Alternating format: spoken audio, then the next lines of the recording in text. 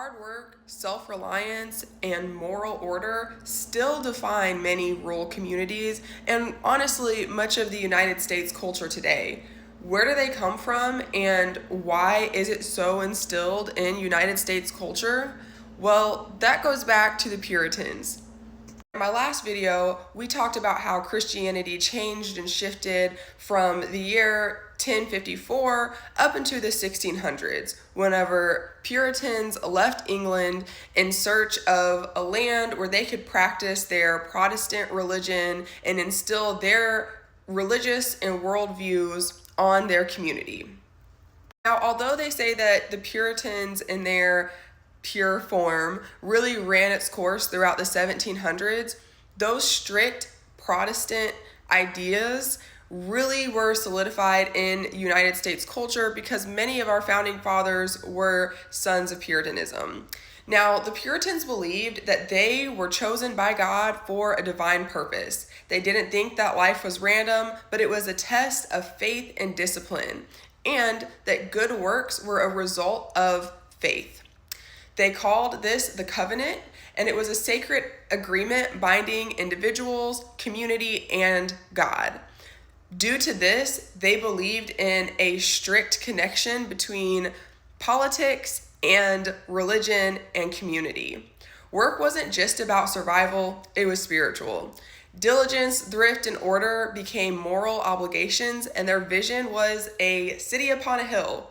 They thought that this was a blueprint for an ideal society and that America stood as the moral being for the rest of the world. And they really felt like this society was perfect and it should be instilled upon everyone who entered it. As we said in the last video, they believed in free speech and separation of church and state for themselves. However, they thought everyone should adhere to that. The Puritan colonies weren't just settlements, they were experiments in godly living. Massachusetts Bay, Plymouth, Connecticut, they were all founded with the goal of creating communities that were bound by faith and moral order. This is also why they felt justified in exterminating the native populations that were currently living here. In these towns, church and governance were intertwined. Citizenship depended on religious standing, and local meeting houses weren't just for worship, it was the center of community and political life. They also carried with them a missionary zeal, believing that it was their duty to bring faith and what they called civilization to indigenous peoples, which essentially meant convert or die. This sense of divine mission would echo for centuries, and we still see it present today. The colonies grew and Puritan order evolved, but their values never really disappeared. They just adapted and spread and were renamed. Hard work, self-discipline, and moral certainty became hallmarks of the American identity, and through the First Great Awakening that swept through the colonies in the 1730s, sparking emotional revivalism and new denominations, but beneath the fire and brimstone, the Puritan moral framework endured. As settlers moved south and west, they carried Protestant culture with them, and one that prioritized independence, local control, and personal responsibility. As Protestant leaders began to push its citizens westward, that spiritual foundation turned into a bigger national mission.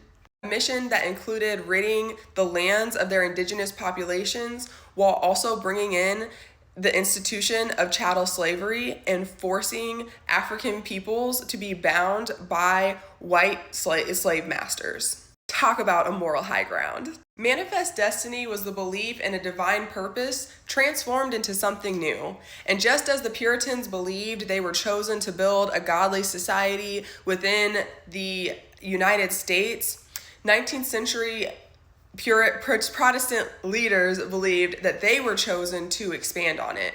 Religion justified exploration, conquest, and settlement, and all of the deadly and brutal murders of indigenous people. Preachers declared that spreading Christianity and civilization throughout the nation was not just a calling but a sacred duty that they must fulfill. As families began to move out west, they took with them those Puritan and Protestant values and religions, and that included self-reliance, moral order, and a fierce sense of community. The frontier church became the new meeting house and anchoring small isolated towns to the mainland traditions. Now, to go through a brief timeline of the Manifest Destiny period of United States history, U.S. President Thomas Jefferson completed the Louisiana Purchase in 1803, which doubled the size of the United States at the time. This purchase was from France and included the western half of the Mississippi River Basin and far more land to what is now Louisiana. In 1819, the Transcontinental Treaty with Spain cedes Florida and Oregon country to the United States, and in exchange, the United States recognized Spanish sovereignty over Texas. However, that will come back up later. In 1830, President Andrew Jackson signed the Indian Removal Act, which led to the forced relocation of indigenous populations in what would later become known as the Trail of Tears. In the 1840s, pioneers began traveling west along what is now known as the Oregon Trail, and in 1845, editor John L. O'Sullivan first used the term Manifest Destiny in an argument to argue for the annexation of Texas. Told you to hold on to that. Texas is eventually annexed in December of that same year, and later the Mexican-American War would break out in 1846. The conflict arose because of battles and tensions over the southern border, with Mexico claiming that the border of Texas was the Nueces River, but the United States claiming that it was the Rio Grande. The United States declared war on Mexico in May of that year, and the conflict would last nearly 2 years. And on June 15th, President James K. Polk would sign the Oregon Treaty with Great Britain, establishing the northern border of the Oregon Territory at the 49th parallel.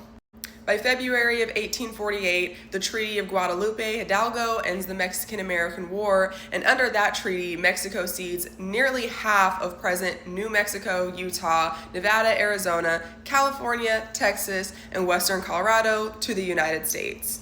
In 1853, this land would expand again as the United States purchased a piece of land from Mexico known as the Gadsden Purchase, and that is now known as southern Arizona and southern New Mexico. The purchase moves the border between the United States and Mexico south pretty well where it lies today. In 1867, the U.S. Secretary of State William H. Seward negotiated the sale of Alaska from Russia, and it is added to the United States.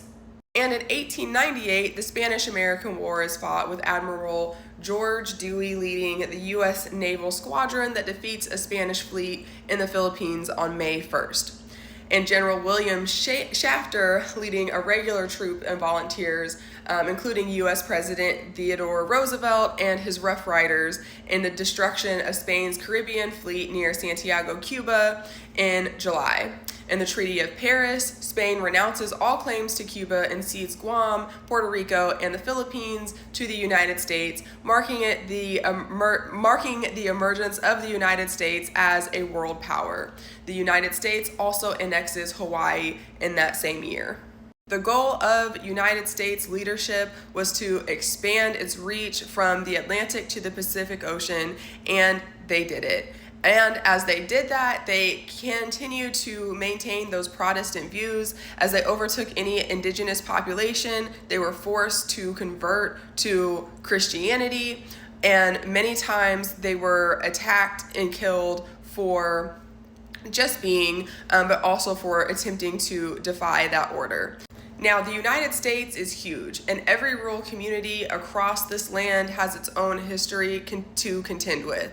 So in the next series of videos, we will be focusing and honing in more on the Midwest, exploring what the Midwest is, who settled these areas, who was here before, and how institutions of slavery and the subjugation of women have maintained within these rural communities, as well and alive as the puritanical values surrounding hard work and thoughts around how rural life should live and how we should operate. Join me for the next one.